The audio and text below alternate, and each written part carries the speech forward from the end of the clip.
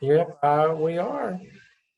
Let me pull this up, Dr. Revis, real fast. I just wanted to see everybody. I hadn't seen their faces in a while, so I wanted to see everybody. This is the agenda. Let me pull that there. Okay. Can you see that, Dr. Revis? Yes, we can see it. Well, I just want to say welcome to week 11, guys. We're in the short rows now. We're working in the short rows. So the next few weeks are going to be extremely busy, but they're going to be fast. And this semester will be behind you before you know it. I want to thank you so much for working with Dr. Revis in my absence last week, and I want to thank Dr. Revis for she's just an amazing co-worker, and we support each other, and I just want to thank her for being there. This time last week I was still sitting. Well, no, I was on the plane last week after having sat at the airport for 12 hours waiting for a plane. They canceled my flight 4 times before I got a flight out. So anyway, that's why I was not able to be with you. I was on the plane, so airplane mode wouldn't work. But anyway, thank you so much. Dr. Revis, let's go ahead and start just talking briefly about, first of all, is there anything else with the competency folio that we need to talk about at this time? Everybody from your group has cleared their competency folio with me. And I still have a few that need to go back and do some revisions. And so, guys, you need to check your folio and check my comments and get those few little things taken care of so that as we're heading in the home stretch, you've got that out of the way. Okay? Okay, and likewise, your group has finished, and there will be some things that we will expect to be differently with the last 9 because you should have learned from the first 12 that you did. So just remember that. Dr. Revis, comments about the AAPTEL Task 1 that was submitted this week for review. Well, I had some very good work come in, very well written literature reviews on each of those 5 sections. I was very proud of that. And most of you, or some of you, I told you, I couldn't even find anything wrong with it. Some of you have some few minor things to look over and do, but be sure that when you turn those in by this Thursday evening, that you've completed all your revisions, because you just get just one resubmission this time. I did make a comment on probably just about every one of mine, and it was that you had to resubmit and show evidence that you had presented to your PLC team. Some convinced me that they were going to present everything when they started with task 2. Just remember, you have to constantly lead, and you have to show evidence of being a leader. However, if that's what your plans are, and that's your plans, because that's going to have to happen this week as you meet with your PLC, and it's going to go in task 2, then you can resubmit once you have gone through the peer review process and bypass that if that is not the case for you with task 1. I couldn't remember, by me not being with Dr. Revis last week, and I didn't have a chance to review. Dr. Revis may have shared with you that it was okay to put it in task 2, and that's okay if you put it in task 2, and because that's really where it's going to be most beneficial anyway. But from this point on, just remember, you must show evidence of leading that PLC, and you must have an appendices with that information in there as well. So with that being said, I'm like you, the majority of the AAPTEL Task 1 were on point. minor things, if anything. There are 2 or 3 of you in my group that you've got to go back and follow the information that we've given you. If it says it's incomplete, that means that you didn't follow the directions and the information that has been given to you. So go back and revisit that and edit it. And we need to get that sooner than later. You don't have time. I don't need to be seeing task 1, and Dr. Evans does it, task 1 and task 2, all at the same time for revision and to look at the end of the week. Task 1 needs to be cleared and out of your way so you can get to task 2, and we'll talk about that. Rest of this evening, we're going to go back over task 2 again. To talk about the AAPTEL Zoom conference is due as well for task 1. We're going to probably just briefly touch on task 3, Dr. Revis, just to give, because there'll be some that will be ready for it. Dr. Revis is going to present a PowerPoint on the needs assessment and the gap analysis, and then we'll answer questions at that point. So I'm going to stop this, not stop share, but I'm going to bring up.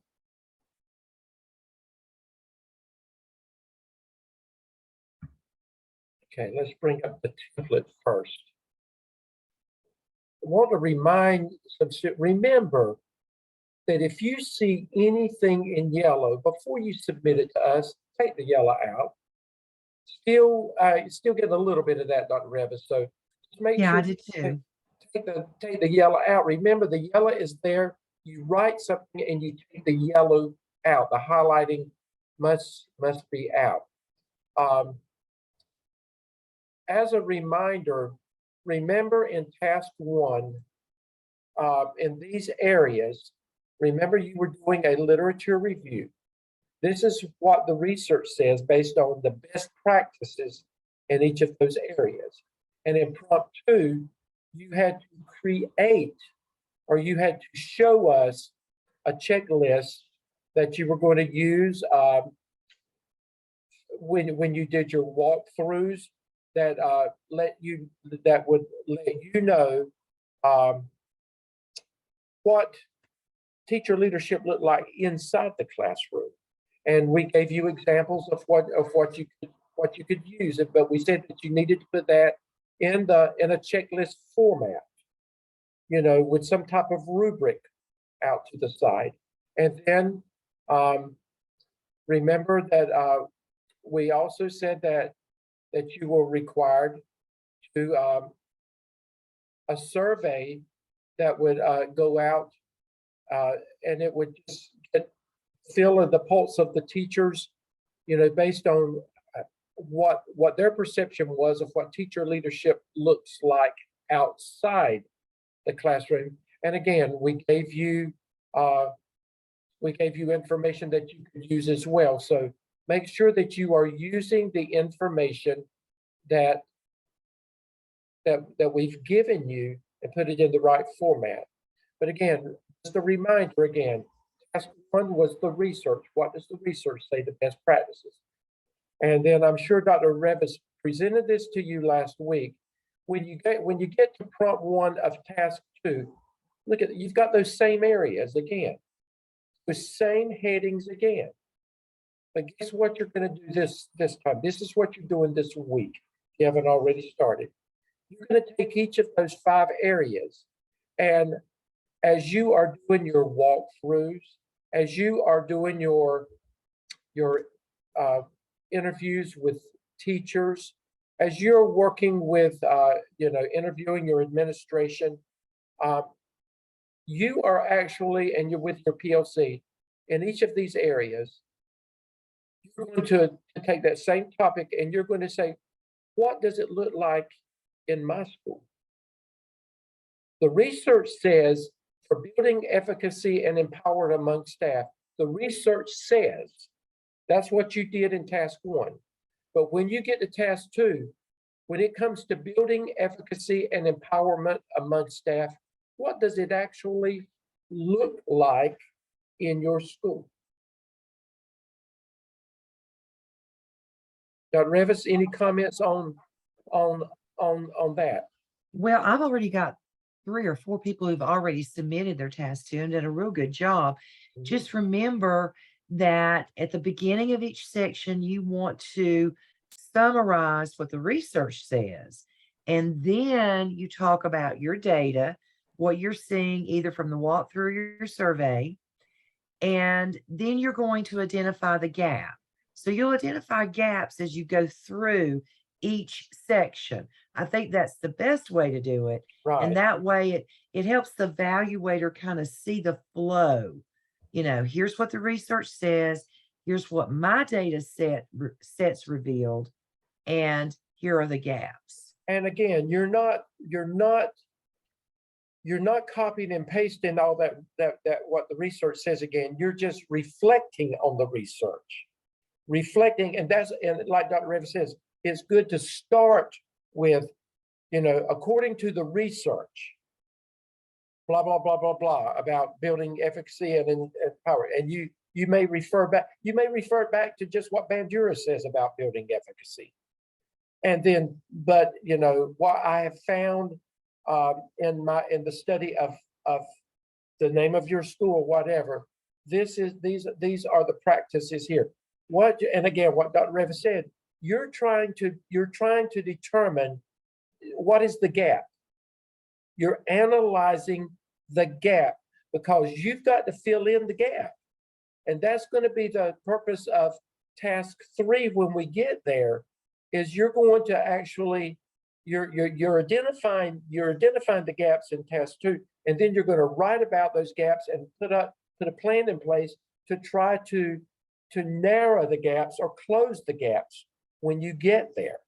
So for each of these 5 areas, again, at this point, what the research said, this is what is a resource-oriented professional development.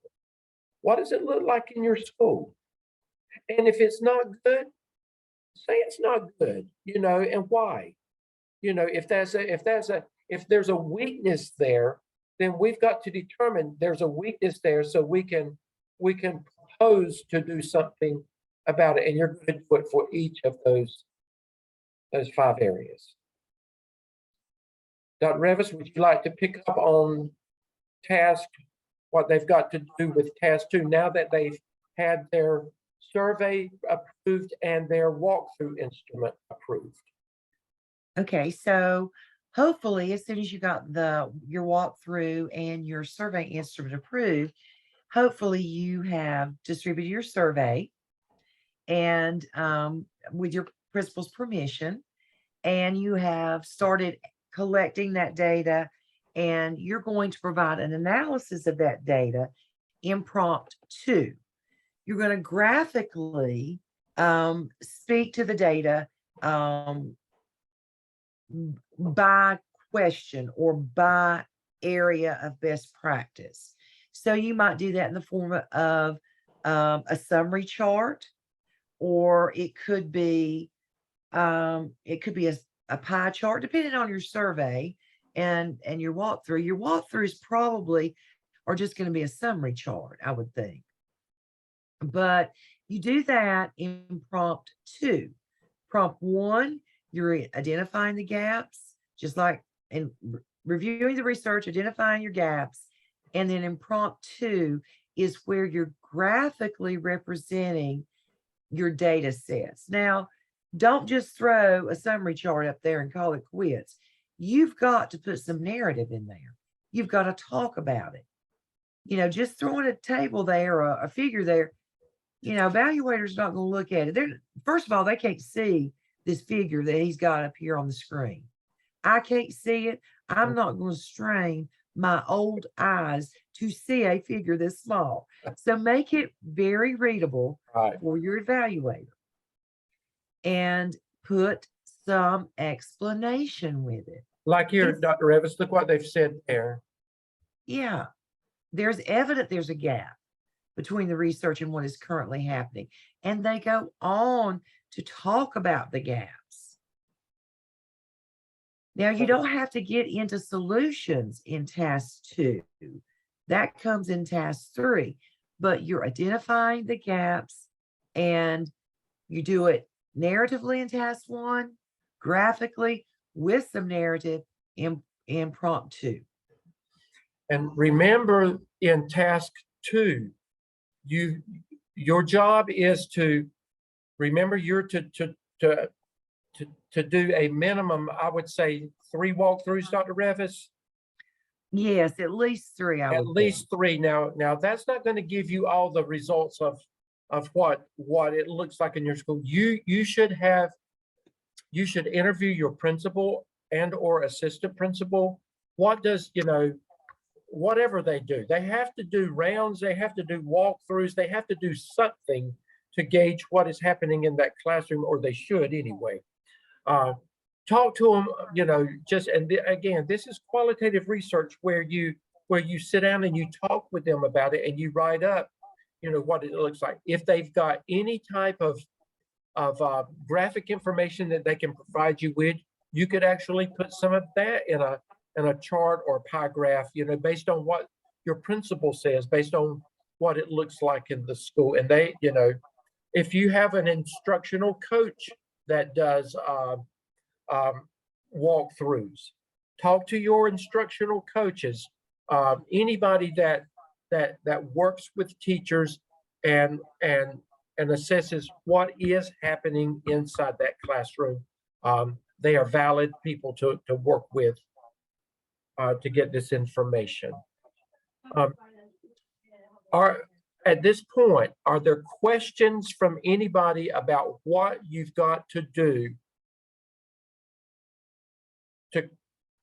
to move forward with task 2?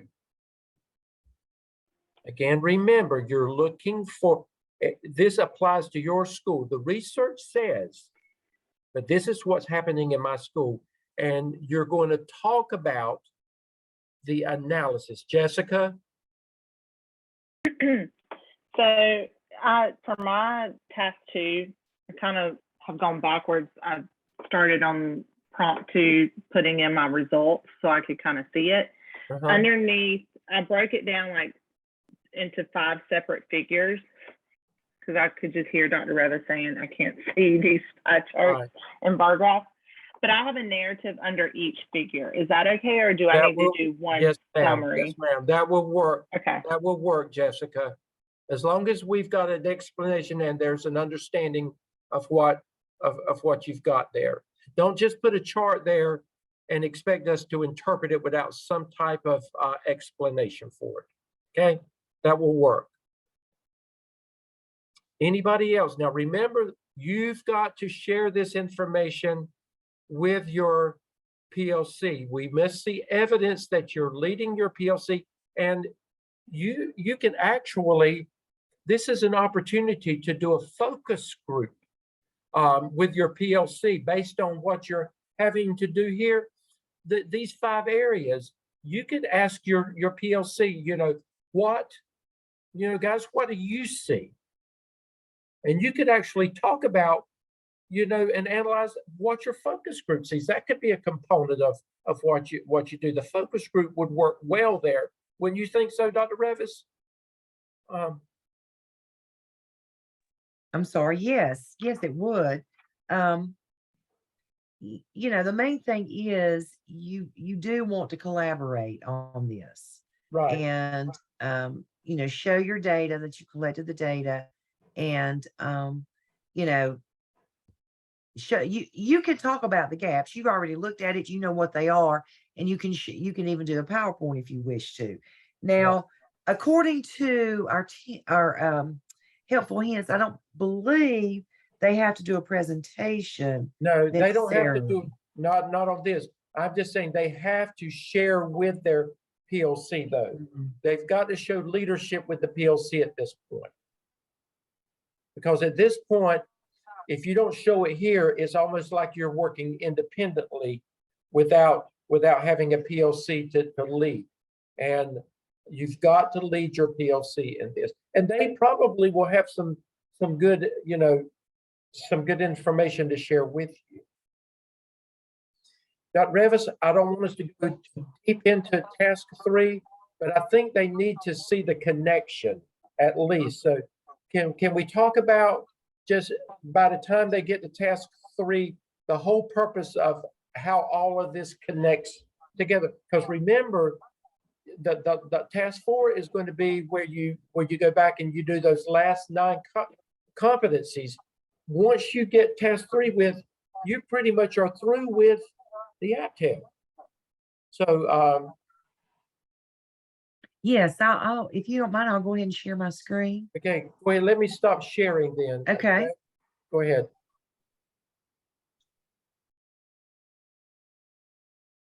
Okay, I'm going to share my screen and try to get it big enough. It's hard to do a slideshow while you're trying to share the screen. So,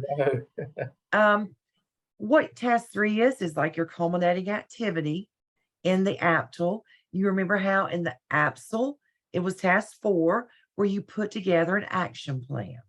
So this is about an action plan for teacher empowerment and leadership growth plan. The action plan is exactly what we did in the AAPTEL, the same columns and everything. So the activities, friends, that you're going to put in the activities column are going to be strategies that you and your PLC identify in order to close those gaps.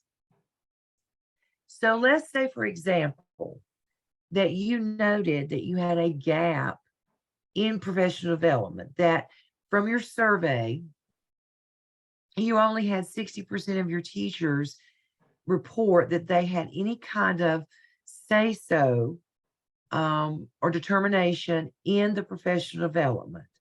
So one of my activities may be that we're going to survey teachers at the end of the year to gauge our professional development for next year, or survey them now to talk about professional development for next semester, I guess would be more appropriate. Right. So we should see activities right here that are aligned to your gaps. Notice that was plural, activities. Right. I think most of you are going to find out that there's a gap in each of the 5 areas. I would be very surprised if there's not a gap in each of the 5 areas. So we would want to see an activity for each of those gaps. And you just follow it all the way through like we did in the AAPTEL. So that's impromptu. You can start here. May I say something? Sure. In those activities, think about this too. As you're looking at, and you think about your school, if it's a weakness in your school, then this is an opportunity to identify an activity that could help bridge the gap there. Let's say, for instance, with your, you found out that, or you know this, that with your beginning teachers, that there's no type of support for beginning teachers. Then, you know, the activity is that there could be, you're going to start a mentor program and a support program for working with beginning teachers, you know, to make it, because maybe you're losing, you find out that beginning teachers are coming to your school, but they're not staying because they don't get the support that they need, or they feel like they're not getting the support they need. Or you may have found out when you did your survey that that teachers feel like that they don't have a voice in the hiring process, and it could be that the recommendation is that teachers become a part of the interview process, and you know that you know, if it's a 6th grade teacher, then that you're hiring, then a 6th grade teacher would be a part of the interview process. you know, if it's going to be somebody coming to their team. There's just lots of opportunities here. Dr. Revis, the question was asked. Let's see. Derek, ask your question. My question was for the teacher empowerment leadership growth plan. In the AAPTEL, where it was the formative assessment, that was a fidelity check. Is it a fidelity check in the AAPTEL as well for formative Yes. assessment? Yes. So what would can you give me an example of what a fidelity check would look like? Okay, so a fidelity check, remember, for the formative, what we're looking at is to see if the adults are doing what you say they're supposed to be doing. So for the specific activity. So using the example that Dr. Stedman just used about designing a beginning teacher mentor program, it could be that you are looking at agendas of meetings, and you're looking at participation in those meetings, or you may be even looking at the outcome of those meetings, that we're starting to implement that process. Does that make sense? Okay, and if it were like a professional development, like if teachers had the opportunity to attend a professional development or even conduct maybe they're conducting a professional development or sharing something that they learned at a professional development, could be a fidelity check, right? Exactly. Okay. Derek, like a train the trainer model. Okay. All right. You know, everybody can't go to the conference, but somebody could come back and share about the conference. You know, Just trying to wrap my head around it. You got it. You got it. Kim.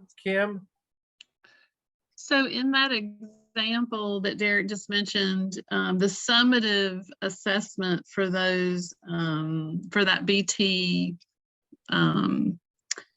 program, the summative would be, what would the summative? Well, I could think of a couple things. It could be that when resurveyed, teachers will say that we do have a mentoring program for our beginning teachers or new teachers. And don't forget, we're not just talking about new teachers that have no experience. New teachers to your school could be teachers who have experience, but they're just new to your school. Exactly. Could we use the teachers working condition survey? You could, yes. Absolutely, yes. And that could be the summative? It could be. Because that would be evidence of the application or the implementation of. Or it could be like Dr. Revis said, it could be a resurvey at the end of the year with some of those same questions that you asked at the beginning of the year to see if there has been a shift in another direction.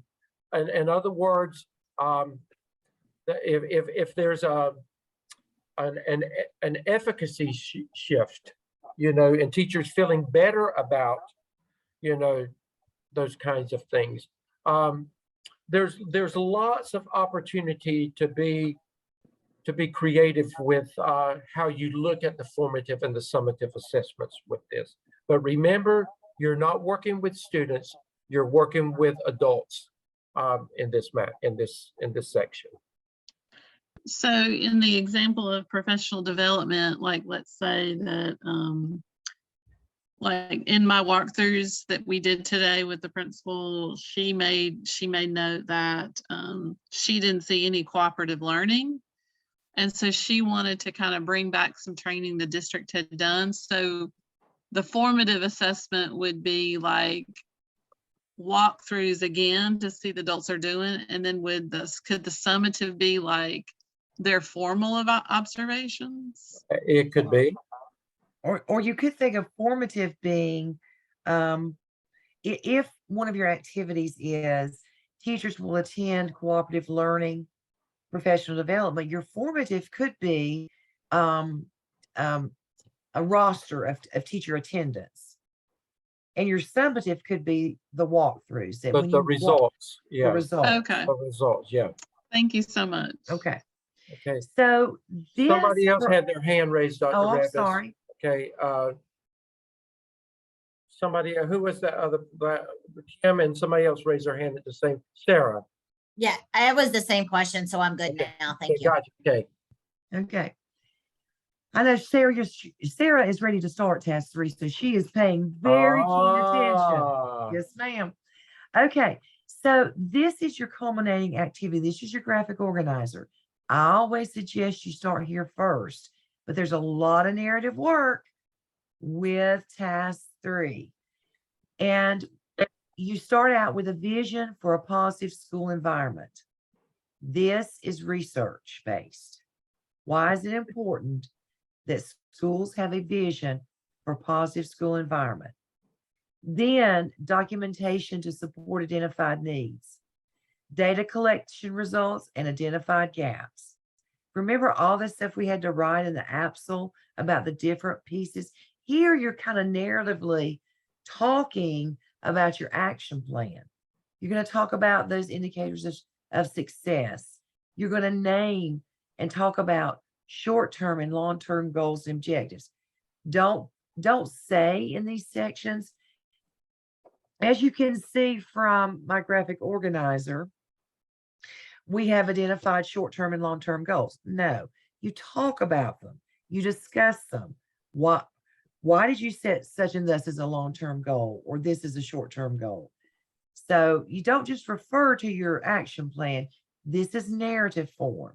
and it's Talk pretty about- detailed, isn't it, Doctor? This It should be pretty detailed. You talk about your activities that you're identifying to address your gaps, and how are you going to communicate progress with vital stakeholders, the timeline, plan for stakeholder involvement and buy-in. Guys, this is huge. This piece is huge. On the AAPTEL, most of you wrote one little paragraph. This is where the rubber meets the road, getting stakeholder buy-in. And so I'm not looking for a formalized plan, but you need to talk about how are you going to convince the teachers in your school that this is what we need to do in order to close these gaps. Now, first of all, Dr. Revis and I are going to look for this information, but your evaluators, I have found, Dr. Revis, that the AAPTEL, this is the one area that they get marked down on a lot of times, is because they are not detailed enough, and they haven't really proved their case in what they're proposing. So you've got to be very comprehensive and detailed with what you. When I say detailed and specific, you've got to, you just can't be all over the place. They've got to understand that this is a workable plan and that there's validity in what you're proposing. Right. And I kind of think, I don't know if I'm correct or not, but I kind of think the evaluators get a little tougher on the AAPTEL than they do the AAPTEL. I know they do. Yeah.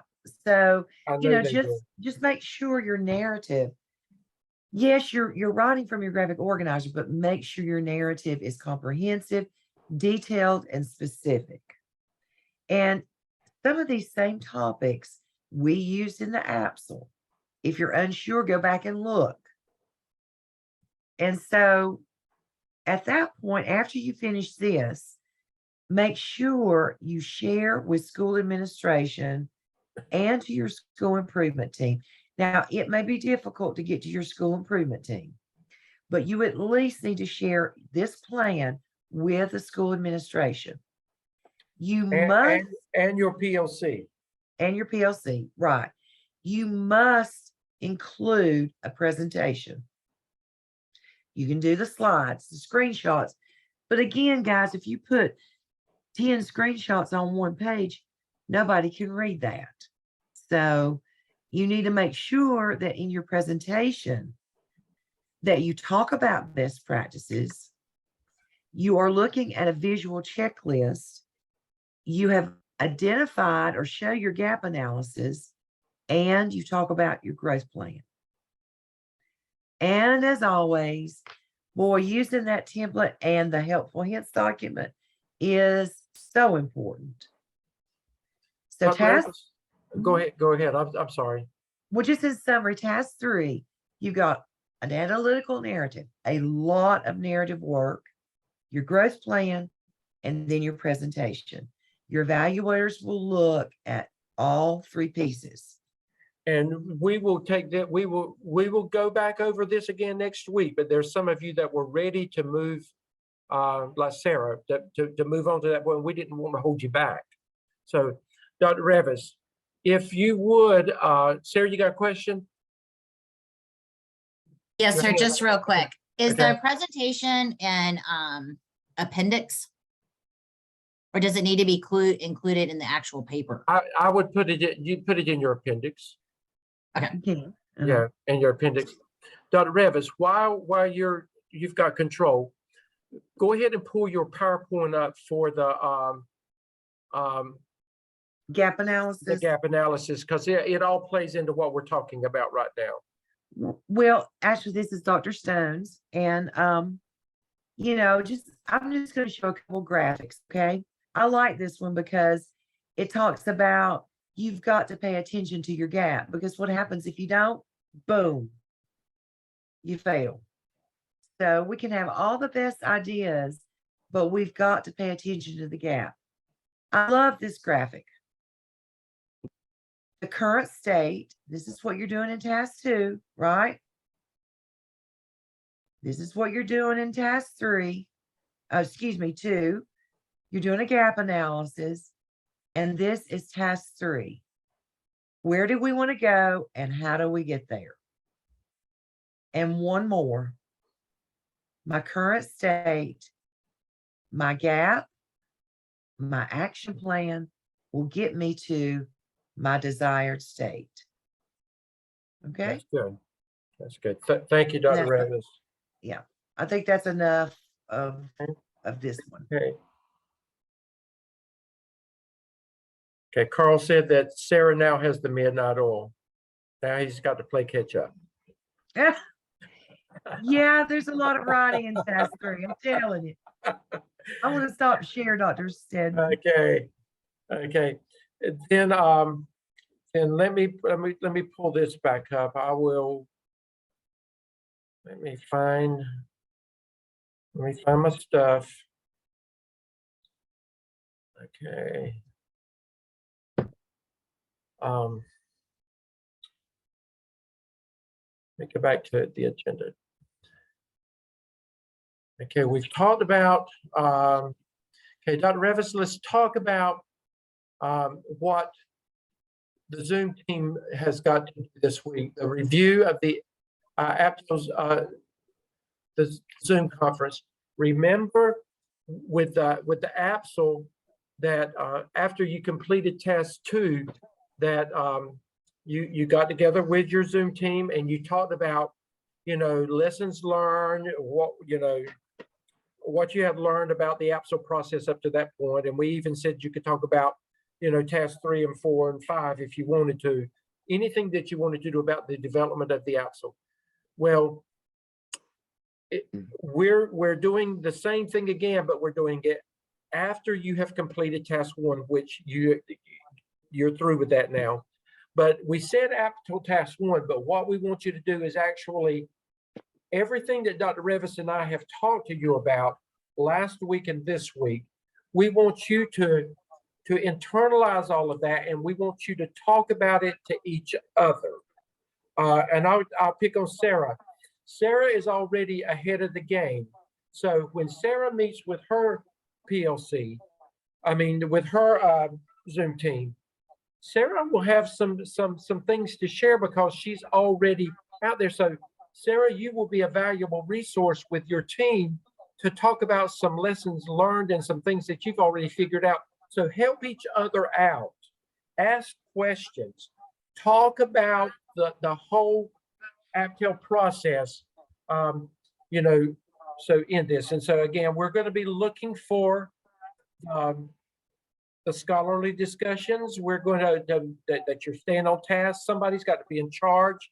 Somebody's got to set the agenda. Somebody's got to, to move forward with it. So it's the same thing that you did with the AAPTEL, except it's with the AAPTEL. Dr. Revis, any comments on that? Well, with the AAPTEL, we gave you some discussion starters. We don't give those to you at this one, but you guys as a PLC can come up with your own discussion starters. But remember last week I told you that the best facilitators are those who have a PowerPoint and an agenda designed, and they have some kind of process or some way that you're going to share within the PLC so that people are not trying to talk over each other and that it moves quickly. And some of you do a round robin. For example, you may start with Jessica and Michelle and Derek and Sarah. The next time we start, we may go Sarah, Jessica, Derek. I mean, you decide how people are, the order in which people will share. And I promise you, it will go quicker and smoother for you. Okay. And as a reminder, when you get through the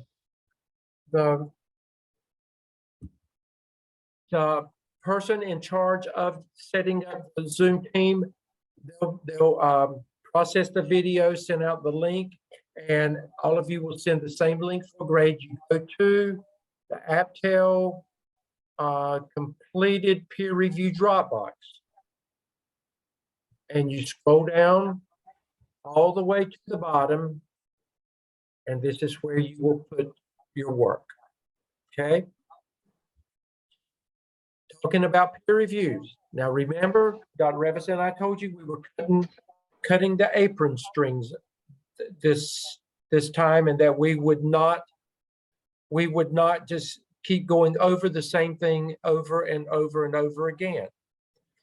The peer reviews, I didn't have at 7 o'clock tonight, Dr. Revis, I didn't have all my peer reviews. I didn't either. I didn't either. And that is unacceptable. That's not fair to the people in your team. It holds them back. I am going to tell you, do not, if it's not there, you find somebody else's work but Dr. Revis and I are going to know that this is happening, and we have to hold you accountable. Just like you would hold your students accountable or whatever, we have to hold you accountable for that. So, the fact that, and I kept checking up until close to the time, what was and wasn't there. So, it's your responsibility. I'm not going to, some of you, most of you did an excellent job. Some of you did. I'm just going to be honest with you. What you did wouldn't help me one bit. So, don't waste somebody else's time. Don't waste my time and Dr. Revis's time just putting something together. And this coming time, Dr. Revis, we've been very, very flat. Our grades will reflect that where we've been giving you the benefit. Our grades will reflect whether you are doing this. Task 2 and task 3 are vitally important areas for you to look at critically with that critical eye. And guys, let me just say this, and I'm just gonna tell it like I feel. Go ahead. You've had 3 weeks almost to get this task 1 in that was due this past Sunday. And there was no excuse for people being late at all, or being incomplete. Now we've got how many more weeks, Dr. Stedman? It's week 11. We will come together next week. They will have week 13 that we will give them an opportunity to work independently and to catch up and to do whatever needs to be done. We'll come back together week 14 and 15. We'll be bringing closure to things on week 15. So guys, you've got about 3 more weeks that you really do need to pour it on. Okay, keep up with the pace. You can do this, and you'll be done. and then you can take a break and enjoy the holidays. Yeah, So and don't want, I don't, you know, I don't want you to just lose sight of where you are, and if, when you submit the AAPTEL, because you just let your guard down, that you don't get the score that you would want to get because you let your guard down. And one area can make a big difference, because remember, there's only 4 tasks. So that's each one counts 25% each of that of that final grade. It's not 5 in there. So the grade is going to be, it'll be different than what it was with the AAPTEL. You know, if you fell down on one part, then it just be careful with it. Okay, and we're not trying to scare you. We're just being real with you, because we've done this long enough that we know what we're talking about. and so like I say, you know, you're almost there. So pour it on and do your best work, and then you can take about a little over a month off. Well, I don't know if I'm going to give them a whole month or not. We're going to talk to them about what they got to do when they go into 603. And some of you, and Carl's shaking his head, you're going to want to know what's required so you can go ahead and get ahead of the game. Right, Sarah? So you can get ahead of the game. So you're going to find, We do preview. Right, it is an opportunity, even though it's a holiday time, it's an opportunity to to find some time in there so that you're not behind the 8 ball whenever you start. So you've got to gain some momentum with this. But anyway, that'll be left up to you whether you do that or not. We're going to get you through 601, and we're going to tell you how to get started in 603, and what you do with it will be left up to you. But That's some right. of you will take advantage of it. We will preview it for you. Yeah, we will. We will. So in closing, are there any questions at this point? Does everybody know what you've got to do this week? Everybody good?